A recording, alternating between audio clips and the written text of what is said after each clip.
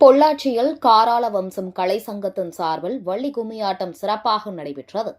கோவை மாவட்டம் பொள்ளாச்சி அருகே உள்ள ஆசிப்பட்டி பகுதியில் உள்ள மைதானத்தில் காராள வம்சம் கலை சங்கத்தின் சார்பில் 5000 பெண்கள் கலந்து கொண்டு 100வது வள்ளி கும்மி ஆட்டம் வெகு சிறப்பாக நடைபெற்றது.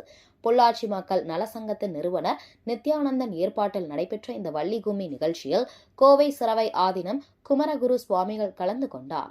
இங்கு நடைபெற்ற இந்த வள்ளி கும்மி ஆட்டம் நிகழ்ச்சியில் ஒரே இடத்தில் குழந்தைகள் முதல் பெரியவர்கள் என சுமார் 5000 பேர் கலந்து கொண்டு தங்களது நடனத்தை வெளிப்படுத்தியதைக் கண்டு பார்வையாளர்கள் வியப்படைந்தனர்.